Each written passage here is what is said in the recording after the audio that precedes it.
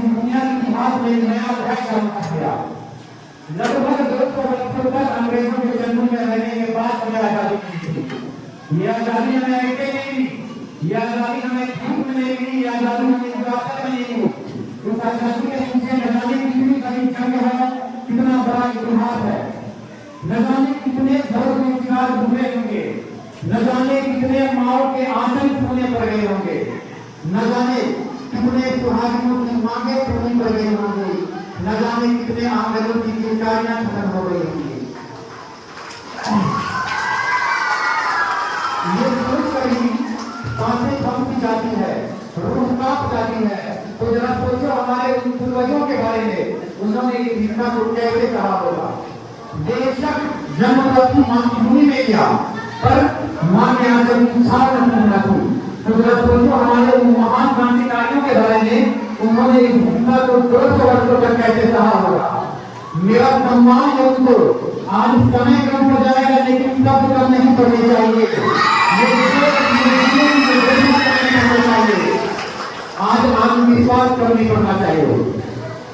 विगत 70 वर्षों में भारत में तकनीक में, सैन्य में, विज्ञान में, हर क्षेत्र में आगे निकल गया। परंतु अगर आज भी हमारा देश पीछे खड़ा है तो चंद लोगों की मानसिकता की वजह से। हमारे ही समाज के कुछ और सामाजिक तत्व हमारे देश में धर्म के नाम पे दंगे करवा दिए, धर्म के नाम पे लड़ाइयां करवा दी, भारत तुम्हारे दूसरे अंगे के नारे लगवा दिए। उन धर्म के ठेकेदारों को मैं अपनी बात कहना चाहूंगा कि अपनी आजादी को हम हरगिज़ घुमा सकते नहीं, सर कटा सकते हैं, सर झुका सकते नहीं, सर झुका सकते नहीं। आजादी के उन 70 वर्षों में भारत ने कभी पीछे मुड़कर नहीं देखा। हम सदैव अपने प्रगति की ओर बढ़ते गए, और वह भी दूर नहीं जब भारत पूरे दुनिया में एक महाशक्ति के रूप में स्थापित होगा। इस बात में कोई संदेह नहीं है कि हमारे देश को आजाद में आज कई दशक हो गए। इस बात में कहीं भी संदेह नहीं है कि हमारे देश को आजाद में आज कई दशक हो गए। परंतु यह भी सत्य है कि आज आजादी के इतने वर्षों बाद भी हमारा देश आतंकवाद जैसी समस्याओं को, नक्सलवाद जैसी समस्याओं को, भ्रष्टाचार जैसी समस्याओं को, बेरोजगारी व हिंसा जैसी समस्याओं को झेल रहा है। किसी अकेले व्यक्ति की बस की बात नहीं है। हम सभी को एक होकर के इन समस्याओं को खत्म करना होगा, क्योंकि जब तक हम इन समस्याओं को खत्म करके भारत को इन समस्याओं से बाहर नहीं निकालते हैं, तब तक हमारे उन पूर्वजों का सपना पूरा नहीं होगा। बच्चों, मैं आपको एक बात बताता हूं। मेरे पिताजी ने अपने जीवन का 20 साल भारतीय सेना को दिया, और इसी बीच उन्हें भी सौभाग्य प्राप्त हुआ कि मैं कुछ फौजियों से मिल सकूं। मैंने फौजी की आंखों में एक जोश देखा है, एक जुनून देखी है, एक जज्बा देखी, अपने वतन के लिए कुछ कर्म करने की चाहत देखी है। हमारे इस मातृभूमि ने अनेक वीर योद्धाओं को जन्म दिया है। भारत की पावन मिट्टी में बहुत सारे योद्धाओं को जन्म दिया है। मैं उदाहरण के तौर पर आपको समझाता हूँ। 4 से 5 डिग्री का तापमान एक ऐसा तापमान होता है जिससे सामान्य व्यक्ति बाहर नहीं निकलता। जीवन के तापमान में पानी जमने लगता है, लेकिन हमारे देश का वीर जवान, वीर योद्धा -30 के तापमान में जैसे जगहों पर मौत के दरवाजे से बिना काम निकल रहता है।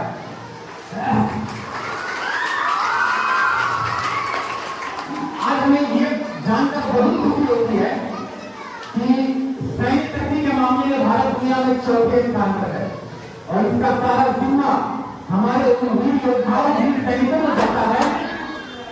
केवल हमारी सुरक्षा के लिए सीमा पर तैनात ही नहीं, बल्कि किसी भी आपदा में हमारे लिए तत्पर रहते हैं। बच्चों, जब सुखदेव को फांसी होने वाली थी, तब सुखदेव की मां उससे बात जाती है और कहती है कि सुखदेव, तू मुझे इतना जल्दी छोड़ के चला जाएगा, अभी तुम्हारी उम्र ही क्या है। जानकारी के लिए बता दूं, सुखदेव को महज 23 वर्ष की उम्र में फांसी हुई थी। अपनी मां की बातों को सुनकर के सुखदेव कहता है कि मां, आज मुझे जाने दे, आज मुझे जाने दे, आज मुझे मत रोक। कल हजारों लाखों सुखदेव पैदा होंगे, जो कि हुए, और आज उन्हीं की वजह से इस स्वतंत्र भारत में आजादी की सांस लेने का सौभाग्य प्राप्त कर रहे हैं। बच्चों, आज हम सभी को मिलकर के एक शपथ लेना है। अपने आने वाली पीढ़ी को आतंकवाद मुक्त भारत देना है, अपने आने वाली पीढ़ी को भ्रष्टाचार अपने आने वाले पीढ़ी को महिला सशक्तिकरण का आवाज देना है।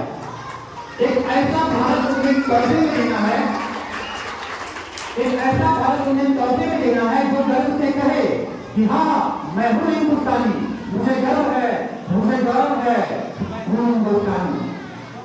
चलिए समय का अभाव में चंद पंक्तियों के माध्यम से मैं अपने वाणी को विराम देना चाहूंगा और खास करके पीछे में जितने लड़के हैं उनसे मेरा आग्रह है कि आप लोग तवज्जो कीजिएगा। अगर खिलाफ है बोले तो जान थोड़ी है, सबको जान दीजिए। अगर खिलाफ है बोले तो जान थोड़ी है, ये कभी दुश्मन है, कोई भगवान थोड़ी है। हमारे मुंह से जो निकले वही सदाकत है, हमारे मुंह से जो निकले वही सदाकत है, वही सच्चाई है। हमारे मुंह में आपकी जुबान थोड़ी है। मैं मानता हूं दुश्मन भी कम नहीं, मैं मानता हूं दुश्मन भी कम नहीं, मगर हमारी तरह हथेली पर जान थोड़ी है। सभी का खून है शामिल,